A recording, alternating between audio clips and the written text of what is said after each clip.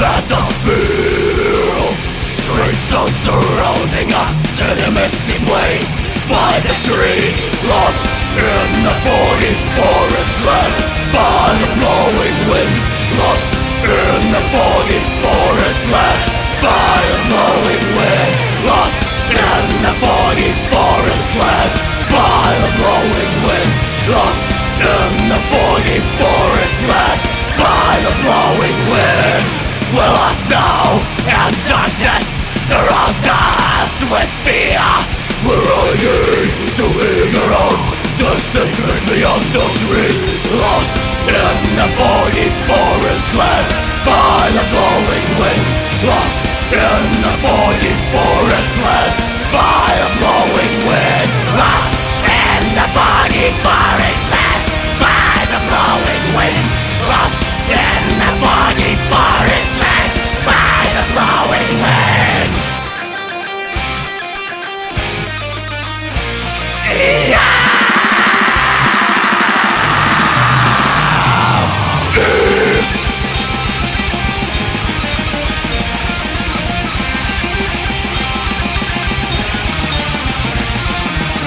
We're lost now, and darkness surrounds us with fear. We're hiding to figure out the secrets beyond those trees.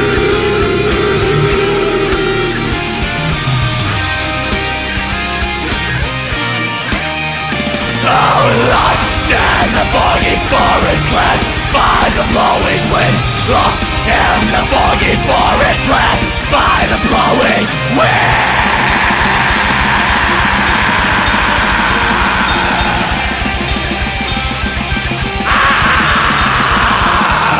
The time has come for us to leave the battlefield. Strange stuff surrounding us in a misty place. By the trees.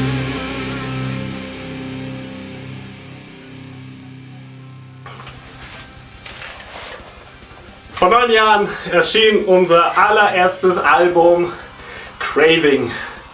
Und was kann man denn Besseres machen, als es mit ein paar Sing-Throughs zu zelebrieren?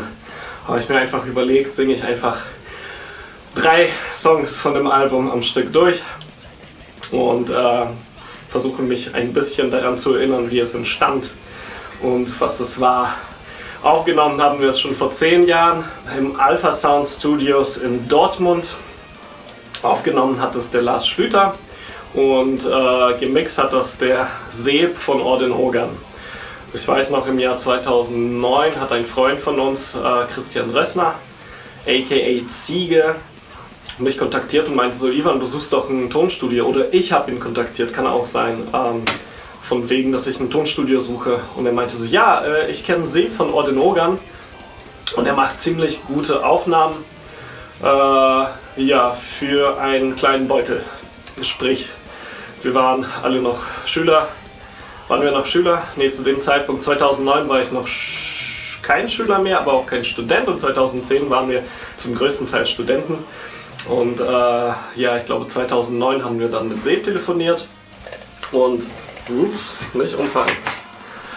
Und im Juni 2010, ich weiß noch, das war die erste Prüfungsphase an meiner Uni und direkt danach sind wir nach Dortmund gereist, um dort das Album aufzunehmen. Das waren 10 Tage, das waren 10 tolle Tage, die wir gemeinsam verbracht haben. Wir haben dieses Album eingeknüppelt. Ich weiß noch, wir haben geplant, in 2 Tagen das Schlagzeug aufzunehmen, um dann sich wirklich viel Zeit für Gitarren zu lassen, denn Seb meinte, Gesang und Gitarren sind das Wichtigste, das braucht immer am meisten Zeit. Das Ganze hat sich dann so gewendet, dass wir statt 2 Tagen für Schlagzeug 4 Tage Schlagzeug gemacht haben und dann blieb uns nur, nee, Quatsch, nicht 4, ich glaube sogar 5 oder 6 Tage Schlagzeug und dann blieb einfach kaum Zeit für Gitarre. Und es blieb, glaube ich, nur 1 Tag für Gesang. Und zum Schluss war es so, dass ich super erkältet war. Meine Nase war zu und wir liefen eigentlich nur noch auf Energy Drinks. Wir haben uns immer so palettenweise Energy Drinks gekauft und haben die dann halt gesoffen. um voll und ganz konzentriert zu sein. Und dann haben wir das Album innerhalb von 10 Tagen eingeknüppelt. Und das, was ihr gerade gehört habt, war bei The Blowing Wind.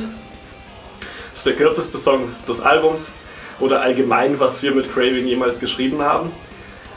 Und das ist auch das, was das erste Album so auszeichnet. Die Songs sind kurz. Und, nicht umfallen. Sorry. Und dann gucken wir uns nochmal einen Song an. Das ist jetzt Revenge. So.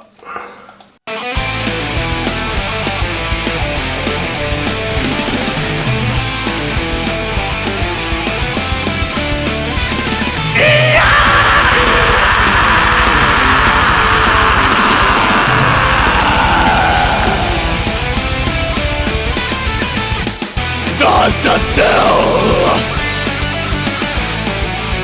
I'm all alone, my arm destroyed by my enemies. My roof is now the sky, my walls are now the trees, and the mountains are protecting me from my fears.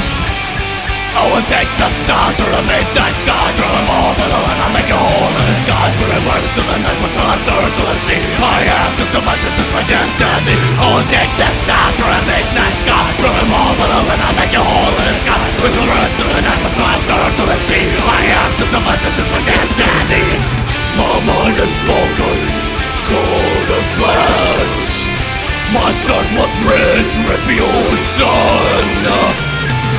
My mind is focused on revenge. I was honest on this. Now the time has come to avenge them.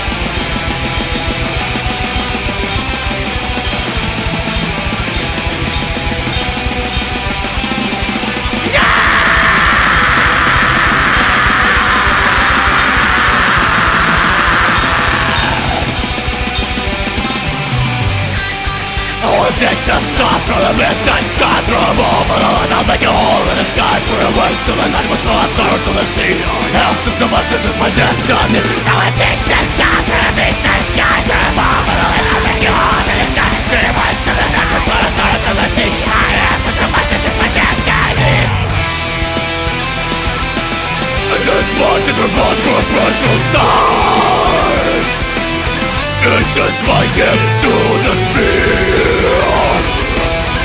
Time has come for the living, the place I have lived.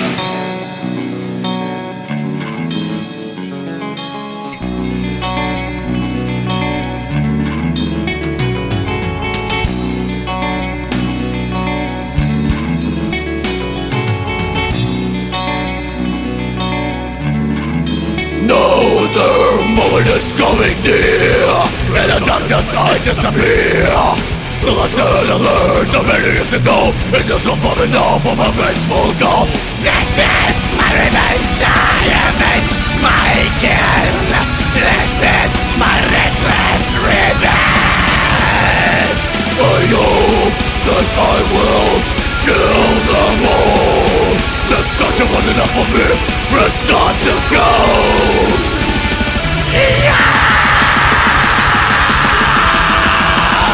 My revenge.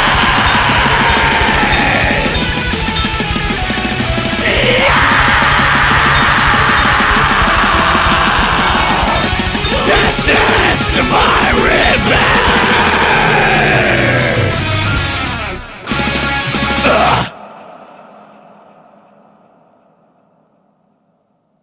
Ja, das war Revenge. Das war, glaube ich, einer der ersten Songs, die allgemein bei Craving entstanden sind. Ich weiß noch, im Jahr 2005 haben wir uns zusammengetroffen. Das war tatsächlich noch in der Nähe von Oldenburg, bei unserem damaligen Gitarristen Lukas. Sehr klassisch in einer Garage. Das heißt, wir haben jahrelang in einer Garage geprobt. Jahrelang ist übertrieben. Ich glaube, ein Jahr. Jahrelang. Ein Jahr haben wir in einer Garage geprobt. Und die ersten Songs, die ich in die Band brachte, waren Slaves of the Night von der Demo 2006 und The Birth. Das war auch der erste Song von der Demo. Und sonst hatten wir damals ein wunderbares Bandverhältnis und haben alle gemeinsam Songs im Proberaum geschrieben. Das war die Zeit, wo gerade Guitar Pro sehr populär wurde. Und so hat auch jeder für sich zu Hause mit Guitar Pro geschrieben. Zum Beispiel The Birth wurde mit Guitar Pro geschrieben oder Slaves of the Night wurde auch mit Guitar Pro geschrieben. Und in der Regel haben wir uns aber im Proberaum getroffen und die Ideen vorgetragen und haben das dann im Proberaum so ein bisschen ausgearbeitet. Ja, und Revenge hat eine kleine Geschichte. Und zwar haben wir am 24.04.2006 unseren ersten Auftritt im Club Amadeus in Oldenburg gespielt. Und danach war ich so extrem geflasht, dass ich nach Hause fuhr und in der Nacht vom 24. auf den 25. entstand Revenge und They Will Burn. Der Song wurde später für das Album At Dawn neu aufgenommen und heißt Garden of Bones. Ja, und Revenge ist so ein... das hat quasi diese Zeit eingefangen, in der man damals als Teenie gesteckt hat. Das war die Zeit, wo ich größtenteils Wintersun und Ensiferum gehört habe. Als Craving gegründet wurden, beziehungsweise wo wir uns zusammengefunden haben, lief die erste und die zweite Platte von Ensiferum rauf und runter, sowie das erste Album von Wintersun rauf und runter. Und diesen Einfluss hört man eindeutig auf Revenge und allgemein auf dem gesamten ersten Album hört man den Ensiferum-Einfluss durch diese Melodieführung. Und wenn man jetzt das Lied anguckt, das ist mir vorher gar nicht so ins Auge gefallen, aber der Song ist nur 3 Minuten lang und By the Blowing Wind ist knapp 2 Minuten lang. Und das war halt, ja, die Schönheit der ersten Songs, die man schrieb, dass man sich nicht darauf konzentriert hat, irgendwas musikalisch Anspruchsvolles zu schreiben, so wie zum Beispiel Seven Steps to Darkness oder Ice of Winter, was fast 10 Minuten lang geht, sondern man hat einfach Bock, Musik zu machen und man hat Songs geschrieben. Und dann entstanden solche kurzen Songs wie Revenge oder By the Blowing Wind. Ja, genau. Dann waren wir im Tonstudio, haben das Ganze aufgenommen und Seb hat damals, als ich mit ihm telefoniert habe, gesagt, so ja komm, Aufnahmen ist das Schwierigste, aber Mix, das macht er quasi, das ist überhaupt nicht schwer, er ist super geübt darin, er braucht dafür vielleicht 2 Wochen, denn er hat seine Platten von Ordin Rogan und ich glaube damals kam deren erste AFM-Platte raus, die hatte relativ, darüber hat er sich gar nicht geäußert, sondern er hat gesagt, dass er die Veil neu gemixt hat und dass es gerade mal 2 Wochen gedauert hat und er ist sehr zügig und sehr fix darin. Seb hat 11 Monate gebraucht, um unser Album zu mixen. Jetzt kann ich drüber lachen. Damals konnte ich überhaupt nicht drüber lachen. Wir haben die ganze Zeit gewartet und gewartet und gewartet. Wir hatten keinen Manager oder irgendwen, der auf irgendeine Art und Weise Druck auf ihn ausüben könnte. Und ich weiß noch, er war 2-mal auf Tour in der Zeit. Dann hat er, glaube ich, seine Masterarbeit geschrieben. Und ich glaube, zum ersten Mal haben wir im Februar 2011 was von der Platte gehört. Also knapp 8 Monate nachdem sie aufgenommen wurde, haben wir den ersten Snippet von Lucum Litanei gekriegt. Ja, aber ich finde, die Platte ist richtig gut geworden. Und dafür, dass das die erste Aufnahme ist, ich meine, die ist ziemlich, sagen wir mal so, du hörst, dass da Musiker dabei waren. Viele haben gedacht, dass das Schlagzeug programmiert ist. Denn Seb hat die Snare und die Bassdrum getriggert und das klingt so ein bisschen maschinell. Das haben wir tatsächlich alles selbst eingespielt. Soweit ich mich erinnern kann, haben sie das Schlagzeug auf den Seb ausgesteuert. Das heißt, da könnt ihr das Bild sehen. Die haben wir gefunden. Das heißt, als Lars das Schlagzeug mit mikrofoniert hat sich Seb ans Schlagzeug gesetzt und hat alles, also die ganzen Kessel durchgespielt und die haben das alles auf Seb ausgesteuert. Und Mike ist ja nicht Seb. Der hat einen ganz anderen Attack, der spielt ganz anders und entsprechend waren die Signale so klein, Also laut Seb waren die alle sehr klein. Und ja, ich weiß nicht, was nochmal das Argument dazu war. Aber ich finde, das Schlagzeug klingt ziemlich fett. Ist zwar ein bisschen künstlich, aber ich finde das ist ziemlich cool geworden. Und nicht zuletzt hatten wir auf 2 Songs Helge Stang. Das war ein ziemlich cooler Zufall. Das war 2010, da haben sich Equilibrium und Helge gerade getrennt. Und ich mag Helges Stimme. Ich bin jetzt kein großer Equilibrium-Fan. Ich war nie in dieser Welle gefangen. Ich bin der Typ, der Fintroll rauf und runter gehört hat und immer noch hört. Und auch Ensiferum. Also diese 2 Bands aus diesem Genre, die ich besonders geil fand. Aber Helges Stimme ist einfach, boah. Und ich glaube, da würden mir einige Menschen zustimmen, dass er einfach ein unfassbar geiler Sänger ist. Und da dachte ich, ja okay, Helge, okay.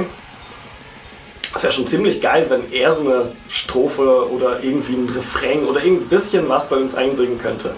Und zu meiner Überraschung gab es eine Webseite, denn Helge arbeitet für die Film- und die Werbeindustrie als Videoguy und macht, ich glaube, der macht Videoeffekte, also VFX. Und da war seine Mailadresse und da habe ich gedacht, ja gut, dann schreibe ich ihn einfach an, ohne zu erwarten, dass mir jemand antwortet. Helge hat geantwortet.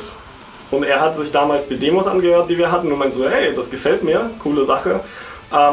Vielleicht kann er das machen, vielleicht aber auch nicht. Denn er möchte eigentlich in der Zeit, wo wir ins Studio gehen, nach Island fahren zum Fischen. Und ich so, ja okay, cool, kein Problem. Und wir hatten auf dem Album 2 Songs, die eine Art Geschichte ergeben. Das war einmal Wolfsherz. Nach diesem Song wurde das Cover gemalt. Dazu hat sich der Designer entschieden. Wolfsherz und Ein Funken Abendrot sind quasi, die sind von der Geschichte verbunden. Worum es genau geht, lest euch die Texte durch, falls ihr die habt. Ich hoffe, dass ihr die habt.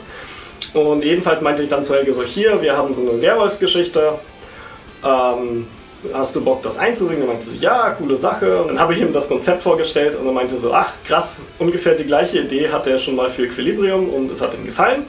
Und letzten Endes war es so, dass er nicht wusste, ob er jetzt seinen Urlaub machen möchte oder ob er Zeit für uns hat. Letzten Endes ist sein Urlaub ausgefallen. Und Helge ist dann super spontan aus München nach Dortmund geflogen mit dem Flugzeug und ist dann mit dem Nachtzug einen Tag später zurück nach München gefahren, weil er arbeiten musste. Und ich habe ihm damals die Texte vorgelegt für Ein Funken Abendrot und Luk und die Tanai. Helge hat sich die angeguckt und meinte so, ja okay, ich mag deine Texte, aber ich möchte sie in meinem Stil umschreiben. Also hat er sich über Nacht hingesetzt und hat die Texte in seinem Stil, den ihr von Equilibrium auch kennt, komplett umgeschrieben. Dann kam er an, hat sich kurz aufgewärmt und hat diese beiden Songs eingesungen. Für uns als blutige Anfänger war es sehr beeindruckend. Genau. Außerdem haben wir uns damals gedacht, ja cool, worüber wollen wir überhaupt singen, welche Texte, was wollen wir machen und haben einfach irgendwelche Fantasy-Geschichten verarbeitet und verbraten. Und weil ich Russisch kann und aus Russland komme, habe ich mir überlegt, ja cool, können wir ja vielleicht ein paar russische Texte schreiben oder russische Texte verarbeiten und so entstand der Song Leopard. Das ist ein Gedicht von Nikolai Gumilev. Und dann schrieb ich, inspiriert von Gumilev, einen Text namens Vles. Das bedeutet auf Deutsch so viel wie in den Wald. Und das war unser erster russischer Song, weil der entstand vor Leopard. Und Vles war tatsächlich auch die erste Auskopplung des Albums und das will ich jetzt nochmal machen. So, hier kommt Vles.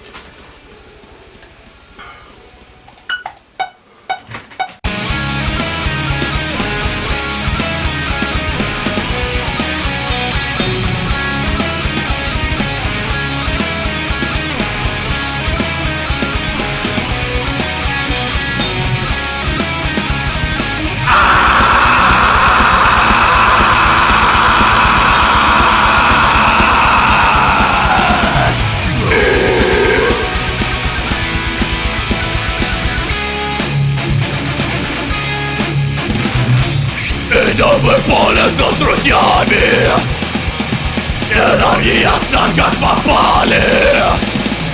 Мы в чашу эльфов и дриад. Наш путь вел нас в берлогу зверя. Идем мы по лесу с друзьями. Нам не ясно, как попали. Мы в чашу эльфов и дриад.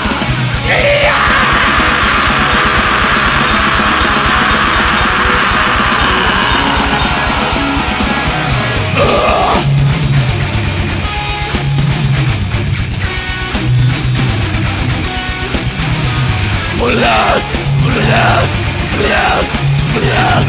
Мы идем в лес. Идем мы по лесу с друзьями. Нам не ясно, как попали. Мы в чашу эльфов и дриад.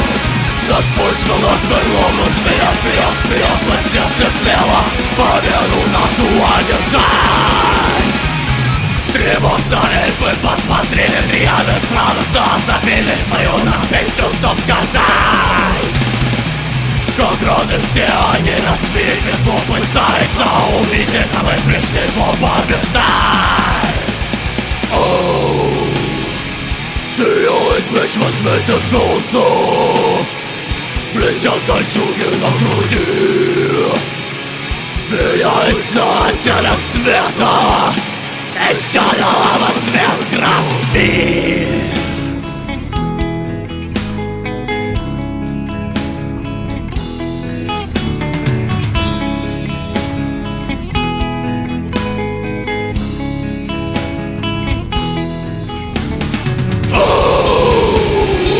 Сияет свет во свете солнца, сидят кольчуги на груди. Меняется оттенок света, из черного цвет кровь. Раз, два, три, идем мы по лесу с друзьями. Нам не ясно, как попали. Мы в чащу эльфов и дриад. Наш путь вел нас в берлогу зверя. Вперед, вперед, мы все шли смело победу нашу одержать.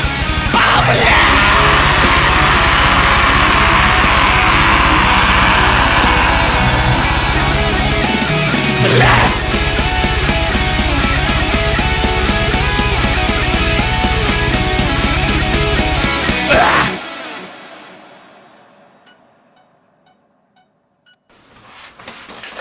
Ja, das war's. Das war der erste Song, den wir veröffentlicht haben. Der ist auch, glaube ich, knapp 3 Minuten lang. Und wir waren damals ohne Label. Wir haben angefangen im Jahr 2011, als das Album fertig war, nach einem Label zu suchen. Ich glaube, die Platte war dann im Mai fertig gemixt. Und ich nehme mal den Kopfhörer ab. Und ich bin mir nicht ganz sicher. Ich glaube, wir haben 40 oder 80 Bewerbungen verschickt. Und die letzte Bewerbung, die wir verschickt haben, richtete sich an das Label Delicious Bowels Agency. Und dieses Label aus Osnabrück hat allerdings größtenteils Death Metal veröffentlicht. Tim von Under That Spell, so hieß die Band damals, hat mir schon vor Jahren tatsächlich dazu geraten, mich an das Label zu wenden, denn seine Aussage zufolge sei Thomas Wisniewski ein guter Kerl. Das war die letzte Bewerbung, die wir abgeschickt haben, und Raimund von Burial Vault hat mir damals erzählt, dass seine Band Burial Vault, er war damals noch nicht bei Nail to Obscurity, mit Delicious Bowels Agency eine neue Platte rausbringen wollen. Und ich war so, okay, krass. Und ich weiß, dass sie damals keinen Vertrieb hatten. Ich glaube, die haben das Ganze über ein Label aus Hamburg gemacht, wie auch immer es hieß, Remedy Records. Und Delicious Bowels Agency war, glaube ich, das einzige Label, welches sich bei uns gemeldet hat. Und das waren 40 oder 80 Bewerbungen, ich weiß es nicht genau. Es war irrsinnig viel.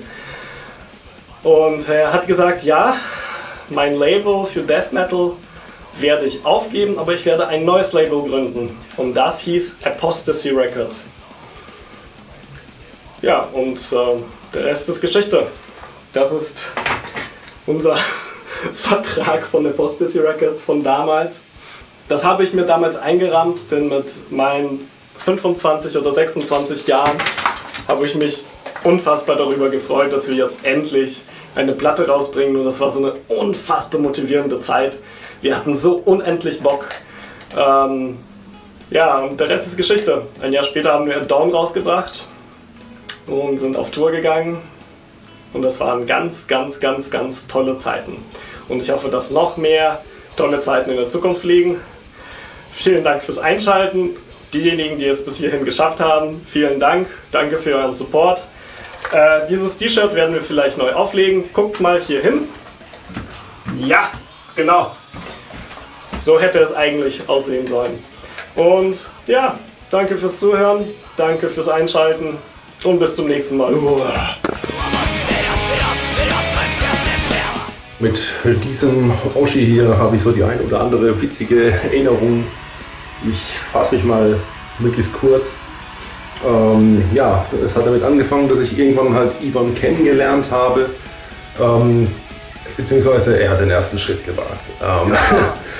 Wir waren bei StudiVZ und Ivan hat mich entdeckt. Er hat mich entdeckt, sagen wir es mal so, er hat mich entdeckt, genau. Er hat mich angeschrieben, so Richtung, ja lol. Ja! Wieso? Ja, was lol? Hey, ich habe nur einen Tag nach dir Geburtstag. Das hat er an meinem Geburtstag damals gemacht und seitdem sind wir in regen Austausch. Wieso, was machst du, Zipfel eigentlich? Hey, ich habe die Band hier.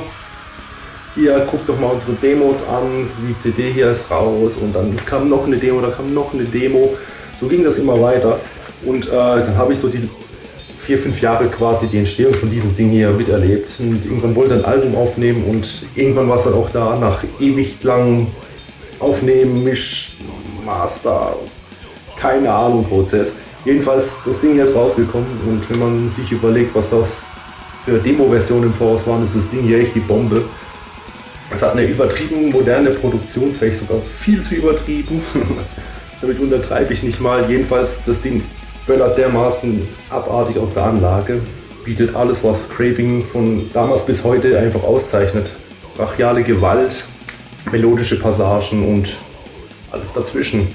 Ja! Und ja, im Gesamten wird das Ganze abgerundet von einem Gastauftritt von Helge Stang. Ne, 2 Gastauftritten sogar und einmal Solge nur mit einem Gitarrensolo. Daumen hoch auf die nächsten 1000 Jahre Craving. Weiter so. Ich möchte euch herzlichen Glückwunsch bestellen zum Geburtstag von eurem Debütalbum. Ich habe mir natürlich überlegt, welchen Raum nehme ich oder welchen Ort nehme ich, um diese Glückwünsche zu übermitteln. Ich meine, das Büro ist jetzt nicht der coolste Platz, aber das ist der Ort, wo ich euch mit am meisten höre und da habe ich gedacht, ich mache das einfach von hier aus. Ich kann mich noch ganz genau erinnern, als ich den ersten Kontakt mit euch bzw. eurem Debütalbum hatte. Es ist schon echt lang her, das hätte ich echt nicht gedacht. Dann kann man mal sehen, wie die Zeit vergeht. Aber ich weiß es noch ganz genau, euer Album lag auf dem CD-Stapel ganz oben, weil ich das Cover so faszinierend fand. Und Ivan, du hast mich irgendwann angeschrieben und hast gefragt, wann dann die Rezension zum Album kommt. Und dann habe ich dann Gas gegeben. Habe das Album in Dauerschleife gehört, da ich nämlich zu der Zeit ein Gartenprojekt hatte, beziehungsweise ich habe eine Terrasse gebaut und da lief das Album so als Motivation die ganze Zeit. Die Arbeit hat nämlich nicht so viel Spaß gemacht, das Ergebnis ist aber gut geworden. Da hat euer Album definitiv einen großen Anteil dran und was mich so an euch beziehungsweise an eurer Musik fasziniert hat, waren diese Rasanz, mit der ihr unterwegs seid, die Chöre und vor allen Dingen auch diese eingängigen Melodien. Also das macht euch schon absolut einzigartig. Und das ist auch der Grund, warum ich Craving immer noch sehr oft höre, alle Alben. Und an der Stelle hoffe ich natürlich, dass es bald neue Musik von euch geben wird, weil es ist nämlich schon ganz schön lange her, dass neuer Stoff zu hören war und auf die Ohren kam. Also von daher, feiert jetzt erstmal den Geburtstag und dann freue ich mich, dass wir bald hoffentlich schon alle neue Songs von euch hören. Gruß aus Karlsruhe. Viele Grüße und alles Gute und wir freuen uns auf neuen Stoff. Ja, guten Tag. Ich habe den Auftrag bekommen, etwas zu Craving zu sagen. Erstmal herzlichen Glückwunsch zum 10-jährigen Jubiläum des Erstlingswerks. Ich habe überlegt, was sage ich in die Kamera und da fällt mir eigentlich nur eine richtig gute Geschichte ein. Ich bin nämlich tatsächlich einer der Leute auf diesem Planeten, der ungefähr 5 Leute auf diesem Planeten, die das erste Craving-Konzert überhaupt gesehen haben. Mit einem sehr kleinen Ivan, mit einer viel zu großen Gitarre. Das müsste im Cadillac Oldenburg gewesen sein. Und ja, damals gab es das erste Album noch gar nicht. Das war in Arbeit. Aber es gab die Demo, die haben wir uns damals gekauft. Ein Kumpel von mir und ich waren zusammen da und wir haben uns zusammen diese Demo gekauft, weil irgendwie auch kaum noch Geld da war an dem Abend, ich weiß es nicht. Die Demo müsste noch bei meinem Kumpel liegen. Ja, damals schon echt kleiner Fan geworden, weil Craving für mich so eine Eigenständigkeit haben, seit der ersten Stunde eigentlich. Also das war damals die Zeit, In Flames hatten gerade ihr, ich glaube, Soundtrack to Your Escape und Children of Bodom haben gerade ihr Hate to Death Row, so die Zeit muss es ungefähr gewesen sein. Man merkte schon, dass Craving von einigen Bands beeinflusst wurde, also dass Einfluss drin war in Craving, aber trotzdem eine unglaubliche Eigenständigkeit bis heute haben und damals auch schon hatten, und das fand ich beeindruckend für eine Band, die aus 16-jährigen pubertierenden kleinen Menschen mit viel zu großen Instrumenten bestand. Ja, das dazu. Das ist mein Beitrag. Alles Gute zum 10-Jährigen. Ich hoffe auf die nächsten 10 Jahre. Ich hoffe auf zahlreiche Alben. Und ich freue mich sehr, wenn wir uns mal wiedersehen, ob auf einem Konzert oder privat. Wenn ich an die erste Craving denke ich allen voran an die coole Zeit. 2011, 2012. Ich war Anfang 20. Spielte in einer Thrash Metal Band und Craving kannte man halt. Ja. Ich habe da schon mal ein bisschen ausgeholfen in einem Jugendzentrum in Ostrauder-Fehn und dann irgendwann traf ich, 2011 traf ich den Mike auf ein Konzert, auf so ein Thrash Metal Konzert in Bremerhaven und da hat er mir ein paar Songs vorgespielt vom kommenden Craving-Album, vom Craving-Debüt. Ich meine, der hatte sogar noch auf einem MP3-Player oder zumindest auf einem ganz alten Smartphone, also damals halt. Und ging total rein. War richtig gute Musik. Dann kam das Album raus. Ich habe mein Exemplar natürlich bekommen und ich glaube, das Schönste an dem ganzen Album war tatsächlich diese Krakeleien, die mir jemand, ich vermute Thorsten, in dieses Booklet gekritzelt hat. Vielen Dank. Es ist ein Unikat. Im Zuge dieses Albums stieg auch kurz darauf Eugen aus der Band aus und ich übernahm ja seinen Platz am Bass. Besonders gut erinnere ich mich an das Konzert in Oldenburg im Cadillac, bei dem wir das Album in voller Länge durchspielen wollten. Bei dem Konzert sollte ich auch offiziell als neuer Bassist vorgestellt werden und Eugen sollte auch offiziell verabschiedet werden. Und wir wollten das, wie gesagt, in voller Länge spielen.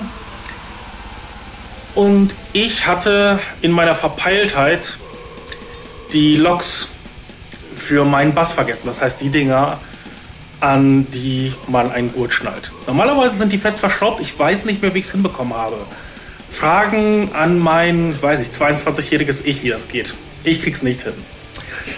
Auf jeden Fall war der Eugen so nett, mir seine zu leihen.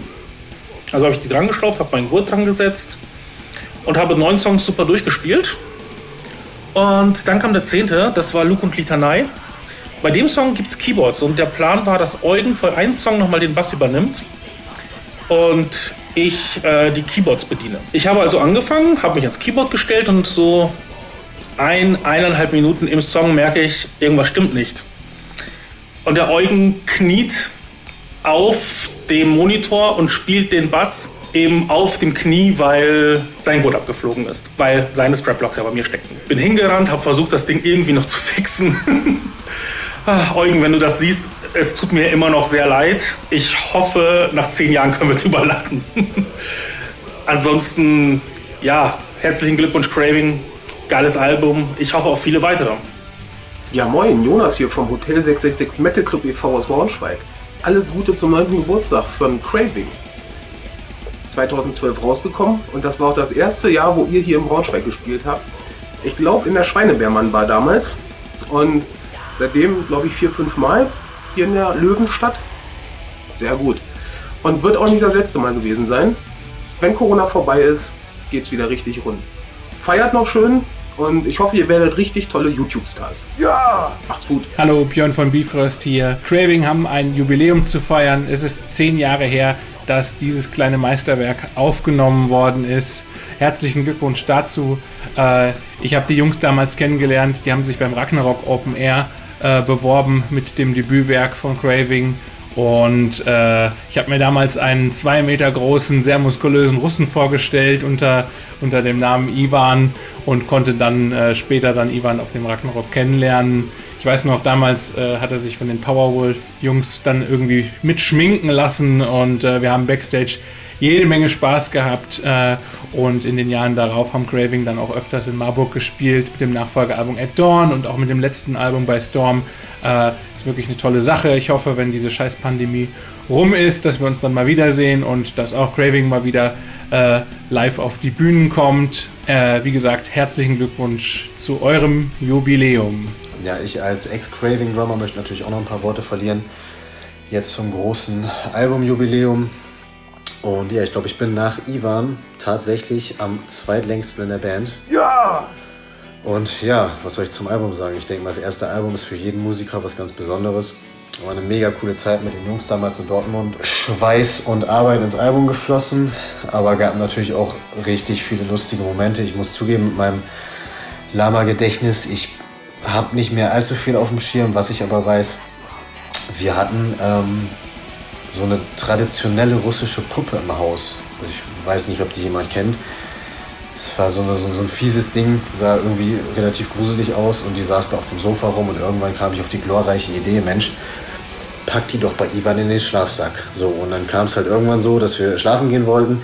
Das ganze Haus war schon komplett dunkel und er war, glaube ich, der Letzte, der in den Schlafsack gekrochen ist und er hat so geschrien. Ich glaube, der hätte mich am liebsten umgebracht in dem Moment. Ich glaube, er ist mir sogar hinterhergerannt. Ja, das ist natürlich eine der vielen schönen Momente, die man so erlebt in den vielen Jahren. Ja, und ich wünsche natürlich weiterhin viel Erfolg mit der Band, gerade nach Corona, viele Auftritte und ja, so viel dazu. Moin Leute, hier spricht der Thorsten, der Ex-Gitarrist von Craving. Ich wollte mich auch noch mal kurz zu Wort melden, zu dem Album, zum 10-jährigen Bestehung von dem Album und wollte Craving natürlich in diesem Sinne auch alles Gute und ja, geile Grüße wünschen. Ich bin das Mitglied, was zwar nicht am längsten da ist, aber das Mitglied mit dem längsten Glied gewesen. Was wahrscheinlich viele wissen und auch erahnt haben, aber ich möchte jetzt auch nicht zu viel ins Detail gehen.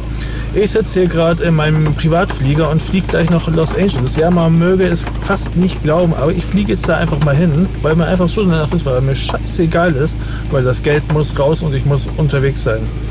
Ja, und dann dachte ich mir, ich sag nochmal Ivan und der ganzen Truppe, ach, eigentlich ist Craving ja auch nur Ivan, also eigentlich wollte ich nur Ivan mal alles Gute wünschen und ja, das Album damals haben wir aufgenommen in Dortmund, wie jeder weiß, und wir hatten auch einen Ehrengast, unter anderem Helge Stang, den haben wir angerufen, beziehungsweise der kam von München nach Dortmund geflogen und der Helge hat einfach mal so sein Handy verloren. Und sein Handy, da waren die ganzen Daten drin und die ganzen Fotos und alles Mögliche. Und ihm war scheißegal. Jeder andere wäre wahrscheinlich am Boden zerstört. Und er sagt, kein Thema, ich kaufe mein neues Handy, scheißegal. Ja, und dann haben wir da mit ihm ja ein paar lässige Tage verbracht. Und ich weiß noch, er sollte dann aufnehmen im Studio. Ich weiß nicht, welcher Tag das war. Auf jeden Fall hat er... Das Studio war ihm zum Hinterhof drin, hat er die ganze Zeit immer seine Stimme vorher schon aufgewärmt bzw. geprobt. Und das war so laut, dass sich die Nachbarn bzw. die ganzen Leute außenrum beschwert haben und haben gesagt, bitte nicht nochmal. Das klang, als würde sich ein Vogel die Eier lecken und dabei noch Schweinepest durch die Nase ziehen. Also klang ganz komisch für die anderen Leute. Für uns selber, für die Metal-Fans ist es natürlich wieder ein anderes Geräusch gewesen, aber scheißegal. Ich möchte die Zeit nicht missen. Die war lustig, war auch sehr chaotisch, weil wir hatten auch alle Vorstellungen, die Gitarren sollten so klingen, das Schlagzeug so und der Gesang so. Im Prinzip waren wir vollgepackt, die Eier waren voll, die Gedanken waren voll und wir wollten einfach nur das Geiste rausbringen. Letztendlich ist es von den Vorstellungen her dann doch ein bisschen anders geworden, aber ich sag mal, das erste Album ist ja auch ein Lehralbum.